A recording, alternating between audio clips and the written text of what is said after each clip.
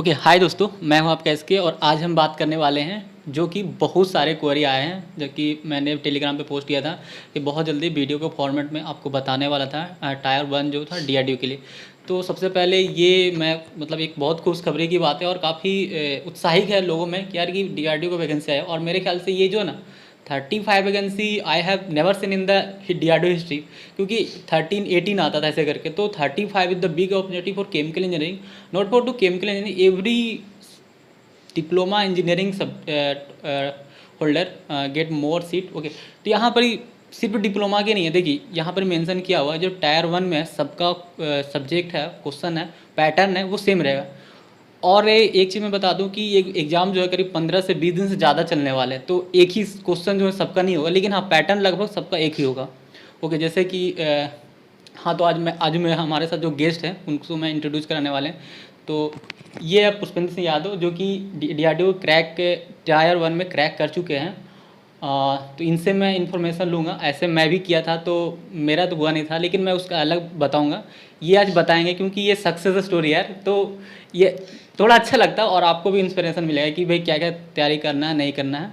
Okay, तो अभी ये आए से बात मतलब काम कर रहे हैं साथ में अभी। We are both are colleague and same joining. Okay, तो चलिए मिलते हैं पुष्पेंद्र सिंह यादव से। नमस्कार दोस्तों, मेरा नाम पुष्पेंद्र यादव, जैसा कि बताया। मैं आज आपको अपने कुछ अनुभव शेयर करूंगा जो डीआईडीयू टायर 1 में जैसे एग्जाम पैटर्न कैसा रहता है, कैसे क्वेश्चन रहते हैं। तो वो बेसिकली ज़्यादा टफ नहीं रहता, नॉर्मल रहता है टायर 1। उसको आप इजीली क्रैक कर सकते हो आसानी से, अगर आपकी कंटिन्यूटी ठीक है, तैयारी कर रहे हो लगातार, तो बहुत ज़्यादा बड़ी बात नहीं है, आराम से क्रैक कर सकते हो। इस बार वैकेंसी भी ठीक ठाक है, तो बहुत अच्छा चांस है, तैयारी करते रहिए। ओके, इट्स माय प्लेजर कि यहाँ आए हैं और सब कुछ बताने वाले हैं। सो मैं इसको पुष्पेंद्र सिंह यादव को बहुत बहुत थैंक यू कहना चाहता हूँ। तो मेरा पहला सवाल ये है कि देखिए कुछ डॉट करने बहुत सारे क्वेश्चन हमारे पास आया था कि यार मैं 12th के बाद मैंने डिप्लोमा किया हूँ या फिर आईटीआई के बाद डिप्लोमा किया हूँ, और क्योंकि एडवर्टाइजमेंट में मेंशन नहीं है कि आपको भरना है, यानी क्योंकि डायरेक्ट लिखा है कि 3 years डिप्लोमा, लेकिन ये सब टेंशन नहीं लेना, वो सब लोग भरते हैं अभी तक के इनपुट में मुझे जहाँ तक मिला है, ठीक है। क्योंकि बहुत लोग, सब लोग जो आईटीआई के बाद डिप्लोमा किए वो लोग भी, वो सारे ब्रांच में है, सिर्फ मैं केमिकल की नहीं बात कर रहा हूँ। केमिकल की इसलिए बात हो रहा है क्योंकि both are belong to chemical engineering, so that's why हम लोग उस पर ज़्यादा फोकस कर रहे थे। ओके, तो जैसा कि ये पूरा यही चीज़ बताएंगे कि कौन कौन सब्जेक्ट पूछा गया था, तो बताइए पसंद। देखिए सब्जेक्ट क्या है, इसमें 5 सेक्शन रहते हैं। तो इसमें मैथमेटिक्स रहता है, जनरल साइंस रहता है, इंग्लिश रहता है, इंग्लिश भी जनरली रहता है, और जीके जीएस रहता है, और रीजनिंग जो हमारा बहुत इंपॉर्टेंट सब्जेक्ट रहता है। स्कोरिंग सब्जेक्ट है हमारे मैथ रीजनिंग, बहुत अच्छा स्कोर कर सकते हैं हम उसमें। अच्छा। और वैसे पैटर्न उसका है, सब नॉर्मल रहता है, बेसिक क्वेश्चंस पूछते हैं, बहुत ज़्यादा टफ नहीं रहता, लेवल बहुत सही रहता है, मीडियम लेवल रहता है इसका। और ये नेगेटिव मार्किंग का कोई इशू है? नहीं, निगेटिव मार्किंग कोई नहीं है, आराम से आप सब में मारिए, सब क्वेश्चन कीजिए, सही, कोई निगेटिव मार्किंग नहीं है। ये बहुत ही बेनिफिट है यार, सही में, ठीक है। लेकिन ये सबके लिए बेनिफिट है, इसीलिए कट ऑफ जो है चलिए ठीक है। तो जैसे कि अभी टॉपिक बताए हैं ये लोग, तो मैं हर एक चीज़ एक टॉपिक को लेकर सर्टेन में कि मैथ में क्या क्या पढ़ना है और कौन कौन सा बुक जो है वो कुछ रिकमेंड करेंगे, तो बताए पसंद से। देखिए मैथ में जो बेसिकली डीआईडीयू में ज़्यादा टॉपिक पूछे जाते हैं वो परसेंटेज है, टाइम एंड वर्क है, और समय दूरी है, नाव वाले भी 1-2 क्वेश्चन रहते हैं, रेलगाड़ी से रिलेटेड जो क्वेश्चन होते हैं वो भी रहते हैं।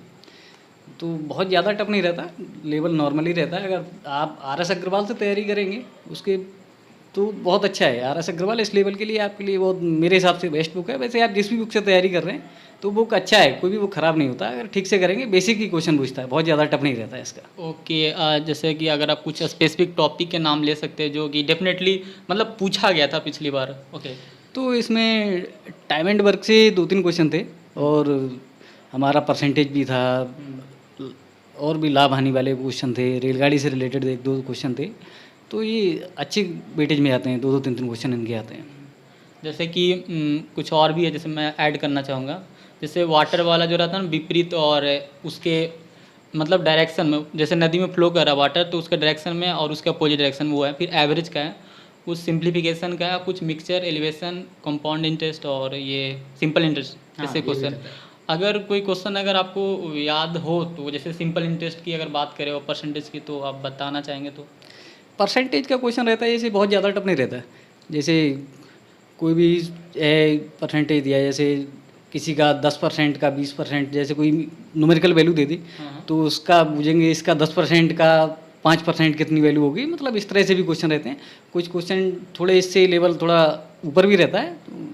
ओके, देखिए एक चीज़ तो सही है, अगर बाय चांस मान लेते हैं कि मैथ सही है, हमसे बन जाता है, लेकिन टाइमिंग द मेन की, क्योंकि आपका टाइमिंग लिमिटेड है 120 क्वेश्चन, क्योंकि पिछले बार जो था 150 क्वेश्चन था, 120 मिनट था, बट दिस टाइम 120 क्वेश्चन और 90 मिनट आपके पास टाइम रहेगा। तो टाइमिंग इज मैटर। तो बहुत सारी दिक्कत यही होता है कि मैथ में जब बना रहे हैं तो कैलकुलेशन में फंस रहे हैं या फिर बना रहे तो टाइम लग रहा है, तो उसके संबंध में आप कैसे बता सकते हैं? उसके बारे में मैं यही बात करूँगा कि आपकी टाइमिंग के लिए अगर मोस्ट इम्पोर्टेंट है प्रैक्टिस। अगर तो आप जितनी ज़्यादा प्रैक्टिस करेंगे उसमें आपका टाइमिंग बहुत अच्छा रहेगा। अगर आप लगातार प्रैक्टिस कर रहे हैं, कोई भी टॉपिक है उसका बार बार रिवीजन कर रहे हैं, तो टाइमिंग आपका बहुत बेस्ट आएगा। और टाइमिंग इसमें बहुत ज़्यादा इंपॉर्टेंट रखता है, क्योंकि इस बार 90 मिनट में 120 क्वेश्चन करना है आपको, तो उसमें आपके लगभग 50 question, around 50 question math reasoning के रहेंगे, जो कि आपका काफ़ी टाइम लेने वाले हैं। तो आप अगर अच्छी प्रैक्टिस करेंगे तो अच्छा है, टाइमिंग मैनेज हो जाएगा आपका उसमें। ओके, ठीक है। जैसे कि बहुत सारे जो डिवाइड करना है, मल्टीप्लिकेशन करना है या फिर किसी और भी करना है, तो उस टाइप का जो शॉर्टकट जो है मुझे थोड़ा बहुत आइडिया, तो मैं वो सेंड करूँगा और बताऊँगा छोटे छोटे चीज़ें। तो ये चीज़ है। फिर मैं बात करता हूँ रीजनिंग, मैथ और देखिए मैथ रीजनिंग पे जोर मैं इसलिए दे रहा हूँ ना कि इस पे बनते ना तो आंसर तुरंत पता चल जाता है और सही हो जाता है।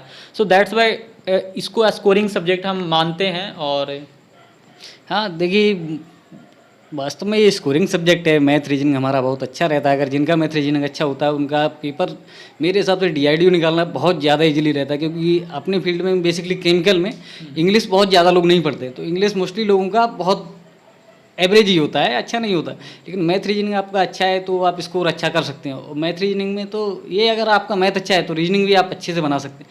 रीजनिंग में कोडिंग डिकोडिंग है और भी सीरीज से रिलेटेड सब, वेन डायग्राम के 2-3 क्वेश्चन आते हैं, ब्लड रिलेशन है जो बहुत अच्छा आता है, काफ़ी क्वेश्चन रहते हैं इसमें। तो आप उसके लिए अच्छी तैयारी कर सकते हैं। ओके, सही बात है। जैसे कि मैं बात करूँ तो अगर मेरा तो मैथ रीजनिंग से काफ़ी ऐसा नहीं कि मैं बहुत आसान, लेकिन मैं पढ़ता नहीं हूँ, ठीक है, मैथ रीजनिंग तो मैं अवॉइड करता हूँ। लेकिन हाँ, वेन डायग्राम तो काफ़ी सारे पूछे जाते हैं, मेरे ख्याल से 2-3 शायद वेन डायग्राम से था कुछ। हाँ, 2-3 क्वेश्चन वेन डायग्राम से थे। Okay. कोडिंग डिकोडिंग से भी 2-3 थे, वो भी इजीली हो जाता है, बहुत ज़्यादा टप्पा ले नहीं रहेंगे। लेकिन आप अगर थोड़ी सी प्रैक्टिस है आपकी तो आप कर सकते हैं उनको। अगर इसमें अगर मैं कोई बुक की रिकमेंडेशन की बात करूँ तो आप किसको रिकमेंड करना चाहेंगे? देखिए रीजनिंग के लिए बुक अरिहंत की बुक आती है, वो भी ठीक ठाक रहती है। आप लूसेंट की बुक से पढ़ सकते हैं। तो इसमें बहुत ज़्यादा एसएससी सीजीएल या बैंकिंग लेवल का रीजनिंग नहीं आता है। रीजनिंग इजीली जो नॉर्मल रीजनिंग आता है वही आता है। तो आप कोई भी बुक हो जो ठीक है, आप उसको ठीक से तैयारी करेंगे, प्रैक्टिस करेंगे तो आराम से बनेगा आपसे। और बेसिकली कहने का मतलब ये कि अगर आपके पास कोई मैथ और रीजनिंग का कोई बुक है, अगर आप उनसे कंफर्टेबल हैं तो आप कर सकते हैं। क्योंकि देखिए ये सिर्फ एक स्क्रीनिंग एग्जाम है, कोई इससे मतलब कोई मेरिट नहीं बनने वाला है। तो ये सिर्फ स्क्रीन तो बहुत ही नॉर्मल, मतलब बहुत ज़्यादा ईजी नहीं, जैसे मॉडरेट लेवल के रहते हैं। ओके, तो आप कोई भी जो मैथ या रीजनिंग का बुक से कंफर्टेबल है, वो चाहे अरिहंत हो, चाहे आर्य सरवाल या फिर कोई भी, वो आप पढ़िए, ठीक है। अब दूसरे आता है जीके, कि भाई जीके में क्या क्या है टॉपिक और करंट अफेयर्स का कितना रोल है। सो आप देखिए करंट अफेयर का काफ़ी ज़्यादा रोल रहता है। पिछली बार जीके के 30 क्वेश्चन थे, 150 नंबर का क्वेश्चन का टोटल पेपर था। तो उसमें जीके लगभग 8 से 10 क्वेश्चन जो तुम्हें करंट अफेयर के मिलेंगे उसमें।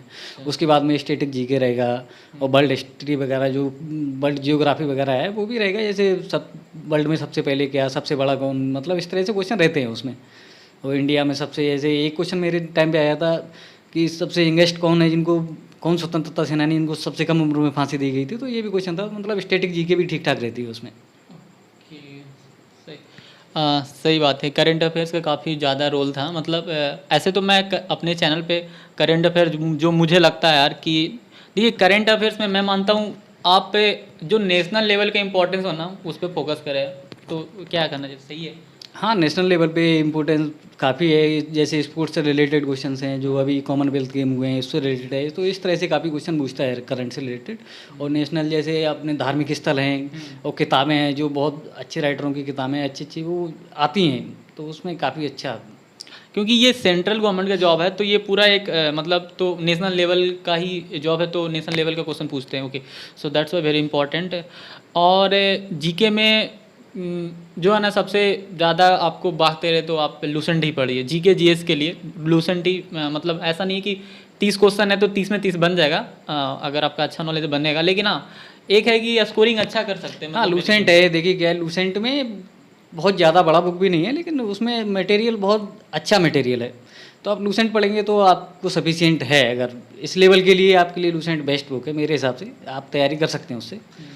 जीके जीएस बहुत है। हाँ जीके जीएस बहुत के लिए लूसेंट बहुत सही है। अगर आप करंट के लिए तो आप स्पीडी वगैरह है वो भी खरीद सकते हैं, तो करंट उससे बहुत अच्छा बन जाता है, मतलब थोड़ा ठीक है करंट। देखो यार ये जीके जीएस का एक बहुत ही मुझे क्या फ़ायदा लगता है यार कि इसमें टाइम कम लगता है यार, कि आपको मालूम है तो आंसर रंगिए और आगे बढ़िए। अब मैथ में बनाना पड़ता है एज ए बिलीव के लिए कि भाई करना है, तो ये चीज़ मुझे बहुत अच्छा पसंद लगता है। अब आता बात इंग्लिश की, तो पहले आप इनसे ही पूछ लेते इंग्लिश के बारे में।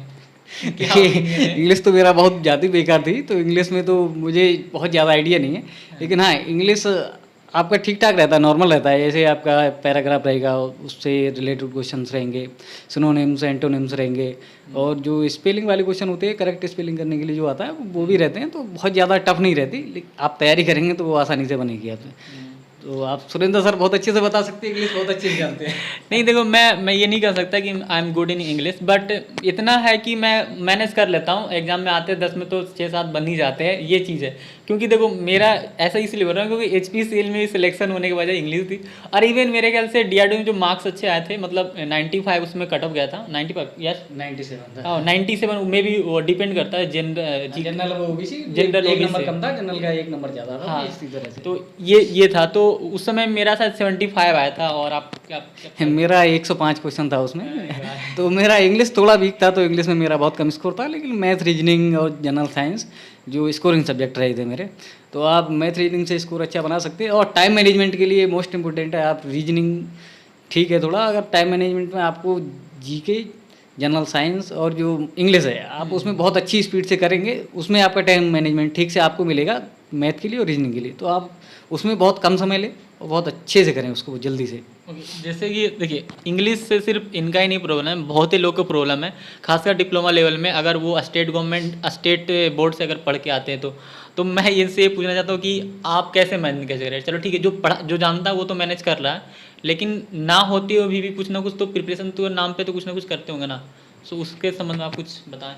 इंग्लिश के बारे में तो मैं ज़्यादा नहीं बता सकता है। इंग्लिश की मैंने प्रिपरेशन सीरियसली बता रहा हूँ, मैं एक भी दिन नहीं पढ़ा था उससे पहले। तो मेरा पूरी डिपेंडेंसी थी मैथ रीजनिंग और जनरल साइंस पे। तो मेरा उसमें थोड़ी सी डिमांड ठीक थी, बहुत ज़्यादा अच्छा नहीं, लेकिन मैथ रीजनिंग में मैं ठीक ठाक था और जनरल साइंस मेरी ठीक थी। तो मेरा स्कोरिंग सब्जेक्ट वही रहते, तो मैं इंग्लिश पे ज़्यादा फोकस भी नहीं किया क्योंकि सिलेबस थोड़ा ज़्यादा रहता है। लेकिन आप तैयारी कीजिए, अभी से आपको बहुत टाइम है। अभी से आपको 3 महीना लगभग मिलेगा, अगर फॉर्म भरेंगे आप तो 3 महीना मिलेगा। तो 3 महीने में आप इंग्लिश भी थोड़ा ठीक कर सकते हैं। इंग्लिश बहुत ज़्यादा टफ नहीं पूछता, तो मैं तो कहूँगा आप इंग्लिश भी तैयार करें जिससे कि आपका स्कोर अच्छा हो सके। सही बात है। लेकिन मेरा ये मानना ये है कि अगर 5 सब्जेक्ट पूछ रहे हैं तो आपको पाँचों में परफेक्ट होने के बजाय अगर हो जाता है तो इट्स ए गुड। लेकिन अगर नहीं है, कोई एक कमज़ोर है, तो आप उसे इग्नोर थोड़ा कर सकते हैं। बाकी जो 4 है 3 है उसे ऐसा कर ले कि भाई 30 में 28 तो बनना ही चाहिए, लाइक दैट ऐसा होना चाहिए। 28 में तो 25 बनना ही चाहिए, मतलब 90% स्कोर करना चाहिए। तो बाकी का जो आपका जो लॉस हो रहा है ना वो मैनेज हो जाता है। ओके अब देखिए यहाँ पर कुछ और है जो क्वेश्चन हमसे पूछा गया था कमेंट में मैसेज के द्वारा कि टाइमिंग, जैसे कि अभी 3 सितंबर से फॉर्म भरना शुरू हो जा रहा, पूरा 23 सितंबर तक होगा। तो जहाँ तक मुझे याद है कि यार कि DRDO में मैं देखा कि इनका सर्वर जो है ना डाउन चला ही जाता है। सही बात हाँ है? सर्वर का बहुत इशू रहता है, और मेरा फॉर्म पिछली बार फंसा भी था। तो मेरे एडमिट कार्ड आने में भी इशू हो रहा था क्योंकि मेरे फीस थोड़ा फंस गया था। तो मैंने 2-3 बार कई बार मेल किया था उसके लिए, उसकी जो वेबसाइट दी रहती है उस पर। तो जैसे तैसे मेरा एडमिट कार्ड आया। तो दोस्तों इसका खास ध्यान रखना, ख्याल रखना कि आप बहुत समय से पहले भरें इसको। सही बात है ना कि इंतजार ना करें। सही बात है, क्योंकि मेरा भी जो है ना फंस गया था और मैं दूसरे मेल आईडी से फिर भरना पड़ा था। ऐसे मैं इसके संबंध में दूसरे वीडियो में बात करूँगा, लेकिन मैं फिर भी यहाँ पर बात करूँ नॉर्मली, क्योंकि इनका जो टाइम एक्सटेंड करता है, जब फंस जाता है तो टाइम एक्सटेंड करता है फिर दोबारा भरते हैं। तो अगर जब खुलता है तो आप पहले ही भर लें, इट्स ए गुड थिंग। और जो सर्टिफिकेट है ये सब चीज़ें हैं ना वो मैं दूसरे सब चीज़ें में बात करूँगा, ठीक है, मतलब दूसरे वीडियो में। अगर थोड़ा सा मतलब मोटिवेशन पॉइंट ऑफ व्यू से अगर मैं बात करूँ DRDO के लिए, तो उनके बारे में जो है ना अच्छाई जानेंगे तो हमें थोड़ा अच्छा लगता है भाई डीआरडीओ क्या है और उससे अगर जॉब करते हैं तो हमारा क्या प्रेस्टीज है या फिर क्या लेवल है, हम कहाँ तक जा सकते हैं। तो इसके संबंध में आप कुछ बताइए। डीआरडीओ देखिए दोस्तों, बहुत बड़ा ऑर्गेनाइजेशन है हमारे देश का, डिफेंस का ऑर्गेनाइजेशन है। अगर आप उसमें जॉब करते हैं तो आपको एक रेस्पेक्टफुल जॉब है उसकी, आपकी पहचान भी होगी, आपके आसपास भी लोग जानेंगे डिफेंस में जॉब, डीआरडीओ में जॉब करना मतलब एक बहुत बड़ी बात है। तो बहुत अच्छी पोस्ट है, आप तैयारी करें, बहुत बढ़िया है। तो मेरे हिसाब से तो आईयूसी को इतना लोग नहीं जानते अगर आप गांव के एरिया में जाएंगे तो आईयूसी के बारे में बहुत कम लोग जानते हैं, और डीआरडीओ को आप हर गांव में सब कोई जानता है कि डिफेंस की जॉब है, डिफेंस रिसर्च सेक्टर में आप जॉब कर रहे हैं, मतलब बहुत सम्मानीय है। हाँ, सही बात है यार कि सुनने में तो काफ़ी अच्छा लगता और मोस्टली जानते हैं, क्योंकि यार ये जो है ना महीना 2 महीना में या कभी महीने में 4-4 मिसाइल टेस्ट करते ही रहते हैं, ठीक है कुछ ना कुछ फायर करते ही रहते हैं, तो लोग जानते हैं डीआरडीओ के बारे में और डिफेंस के बारे में। तो जॉब रियली जो है ना एक क्या बोलते हैं वाइट कलर जॉब जैसे बोल सकते हैं क्या? हाँ बिल्कुल, आप वाइट कॉलर जो बोल सकते हैं, 5 डे वर्किंग डे होता है। हाँ, ये जो है ना बहुत ही अच्छा लगता है यार। देखो जॉब के पहले लगता है कि कोई भी जॉब हो जाए, लेकिन आपका जो है ना 2 दिन की छुट्टी जो है ना, ये आपको फैमिली और आने वाले जनरेशन के साथ बहुत ही इंपॉर्टेंट होता है और टाइम दे सकते हैं, जो कि अभी हम लोग करंट में फील कर रहे हैं। हाँ, क्या उसमें ये भी मोस्ट ऑफ द सेंटर्स पे रहता है, जनरल शिफ्ट रहता है, जो कि बहुत ज़्यादा अच्छा है। 5 डे वर्किंग डे है, जनरल शिफ्ट है, जिससे आपको अपना लाइफ स्टाइल आप स्टैंडर्ड मेंटेन कर सकते हैं, बहुत अच्छे से अपनी लाइफ जी सकते हैं, अपनी फैमिली को बहुत अच्छा समय दे सकते हैं। जो आपको इंडस्ट्रियल जॉब में थोड़ा प्रॉब्लम रहता है, क्योंकि आप शिफ्ट की जॉब करते हैं, तो उस तरह से हैजार्डस भी है बहुत ज़्यादा। वो आपको एकदम बहुत अच्छा लोकेशंस पे जॉब इस बार तो अपने नॉर्थ में भी है, तो आप जो नॉर्थ के लोग हैं वो बहुत ज़्यादा प्रेफरेंस देंगे नॉर्थ के लिए, तो बहुत अच्छा चांस है। सही बात है यार कि इस बार मतलब पिछले बार क्या था ना कि मोस्टली वाइजैक महाराष्ट्र में आंध्रा में मतलब साउथ में ही ज़्यादातर थे, मतलब नॉर्थ में सही में नहीं था पार्टिकुलर केमिकल इंजीनियरिंग का। लेकिन बस इस टाइम कानपुर दिल्ली क्या बोलते हैं कानपुर है, हल्द्वानी है और चंडीगढ़ ये सब चंडीगढ़ है। में ऑप्शन है। तो चलिए ये चीज़ अच्छा चीज़ है। ओके, अगर एक लास्ट में क्वेश्चन पूछूंगा भाई कि ये 5 सब्जेक्ट है, रियली आसान नहीं है करना। अगर आसान रहता तो हम आप इस टॉपिक पे इस वीडियो पे नहीं आते। तो इस चीज़ को हम ओवरकम, या फिर कभी कभी क्या होता है ना कि भाई मैथ से कोई बना नहीं परेशान हो गया, या फिर रीजनिंग में कोई आंसर नहीं आया तो भी परेशान हो गए। तो इस चीज़ को मतलब अगर आपके साथ भी होता होगा तो आप कैसे हैंडल कर रहे थे इसे? देखिए, अगर आप एग्जाम हॉल में बैठे हैं, अगर आपको कोई क्वेश्चन नहीं बन रहा है तो उससे पैनिक नहीं करना है। अगर आपसे नहीं बन रहा है तो आप उसको छोड़ दीजिए वहाँ पे, आप बहुत ज़्यादा टाइम आपको उस पर स्पेंड नहीं करना है। एक क्वेश्चन नहीं बन रहा है, ठीक है, आगे बनेगा। अगर आपको बहुत ज़्यादा समय देते हैं तो आपका एक तो समय का लॉस होता है, वो मेंटली प्रेशर बढ़ता है उस पर। तो आपको 1-2 क्वेश्चन को आराम से छोड़ सकते हैं, कोई दिक्कत वाली बात नहीं है इसमें। नहीं सही बात है, मतलब ये बात मैं बोल रहा हूँ कि घर पे प्रिपरेशन करता है तो उसमें जो फ्रस्ट्रेशन होता है इसकी वजह से मैथ रीजनिंग से या फिर कोई छोड़ देता है या फिर कोई इंग्लिश से छोड़ दे रहा है, तो दैट टाइम क्या करे वो? तो घर पे प्रैक्टिस कर रहा है तो आराम से कीजिए, आप समय लीजिए, आप प्रैक्टिस कीजिए ज़्यादा से ज़्यादा। एक बार नहीं बनेगा, 2 बार नहीं बनेगा, बार बार ट्राई करेंगे। आपके दोस्तों में होंगे बहुत सारे लोग, आप वीडियो भी यूट्यूब पे देख सकते हैं उस टॉपिक के बारे में, जिससे कि आपको मदद मिलेगी। और आपका फ्रेंड सर्कल होता है, उसमें आप शेयर कर सकते हैं, आप आराम से मिलेगा सोल्यूशन उसका। सही बात है यार कि देखो इनका ये तो मतलब मैथ रीजनिंग शुरू से हैबिचुअल है तो इनका तो काफ़ी अच्छा है, ठीक है, तो इन्हें कोई दिक्कत नहीं। लेकिन जो शुरू से थोड़ा कमज़ोर होता है तो उन्हें थोड़ा दिक्कत में भी फेस करना पड़ता है। लेकिन मेरे ख्याल से जो सोचने का तरीका ना वहाँ पर बदलना पड़ेगा, बाकी बाकी सब सही हो जाएगा। मैथ रीजनिंग कोई ज़्यादा भारी नहीं होता ये सब सोचने का तरीका। देखिए क्या है, प्रैक्टिस मेक्स मैन परफेक्ट। अगर आप प्रैक्टिस करेंगे तो मैथ रीजनिंग जिनको थोड़ा टफ भी लगता है, अगर वो बार बार प्रैक्टिस करेंगे, उसके टॉपिक के ऊपर बार बार स्टडी करेंगे तो बहुत आपको भी आदत बन जाएगी और आपको मज़ा आने लगेगा। अगर आपको एक बार मैथ रीजनिंग आने लगा तो आप ये ऐसा सब्जेक्ट है, इसमें बहुत इंटरेस्ट आएगा आपको बनाने में, बहुत अच्छा बनेगा आपसे। सही बात है, लेकिन इंटरेस्ट का मैथ रीजनिंग का हम कुछ लाइफ में कुछ ज़्यादा कुछ खास कर नहीं पाते हैं। अगर काश साइंस में अगर इंटरेस्ट रहता है कोई अच्छा करता है उसको कुछ की एप्लीकेशन कर सकते हैं के लिए, एग्जाम पास करने के लिए तो आपको मैथ रीजनिंग पड़ता है। सही बात है यार, जिंदगी बनाना है, जॉब करना है। तो देखिए यार, हम जो डिप्लोमा में आते हैं ना यार, बहुत ही एवरेज फैमिली से लोग आते हैं, ऐसा नहीं कि उनके पास बहुत सारे हैं। तो मैं ये बोलूँगा यार कि बहुत ही जम के तैयारी कीजिए प्लीज़, ठीक है। और जैसा कि अभी मतलब पूरे दुनिया में एक मंदी का जो माहौल चल रहा है ना, बहुत ही डर लगता है कि हमको जॉब होगा कि नहीं। कभी कभी बहुत रियली में ऐसा फेस करना पड़ता है। तो बस आँख मूनिए और 6 महीना बोलिए कि हमें इसके बारे में नहीं सोचना है कि जॉब होगा कि नहीं। 6 महीना बाद सोचिए। और सही आपको मेरे ख्याल से जब ये बोलते फॉर्म का फॉर्म भरा जाए उसके 2 महीने या 3 महीने के अंदर डेफिनेटली एग्जाम हो जाता है Tier 1 की अगर बात करें। हाँ, अगर फॉर्म भरने के बाद अगर सब कुछ नॉर्मल रहा तो 3 महीने के अंदर अंदर एग्जाम करा देता है। उसके बाद नेक्स्ट एग्जाम के लिए भी वो 3 महीने ही लेता है लगभग। सही बात। तो आपको समय बहुत ज़्यादा नहीं मिलेगा, 6 महीने का समय आप मानिए अभी से, तो आप लगातार तैयारी कीजिए। हाँ, जैसे कि कुछ लोग मतलब पूछ रहे थे यार मुझसे कि first exam tier 1 exam complete कर लेते हैं और मेरा मेन सब्जेक्ट आता है तो उसमें कितने टाइम देते हैं, तो 2 से 3 महीना मतलब नॉर्मली कितना फास्ट करेगा तो 2 महीना तो 3 देगा, महीने में exam। 3 मैक्सिमम 3 महीना देगा वो, ठीक है। तो हाँ। इतना मेरे ख्याल से रिजल्ट काफ़ी है, आने के बाद 2 महीने मिलेगा। मेरे ख्याल से काफ़ी है, क्योंकि अगर आप पहला एग्जाम पास करते तो मोटिवेशन लेवल तो अपने हाई चला जाता है भाई। अब आप एक सराउंडिंग में आ गए 1:8 का रेशियो में, क्योंकि एक सीट पे 8 लोगों को बुलाने वाले हैं, तो काफ़ी सारे, और टोटल वैकेंसी करीब 1000 के आसपास है सारे, मतलब बैचलर और डिप्लोमा मिला के। 1900 के आसपास total। तो ये कुछ मतलब आज के हमारा जो टॉपिक था डिस्कस किए, जो कि काफ़ी सारे मैसेज कर रहे थे यार कि क्या करना है। तो मैं ये बोलूँगा कि वीडियो को पूरा देखें और समझे और थोड़ा बहुत इन्जॉय करें, और अगर कोई और टॉपिक छूट गया हो या फिर हम लोग बता नहीं पाए हैं या फिर कुछ, तो आप मैसेज कीजिए और फिर हम लोग सोल्व करेंगे, ठीक है। सो थैंक यू, फिर मिलते हैं नेक्स्ट वीडियो में। Thank you.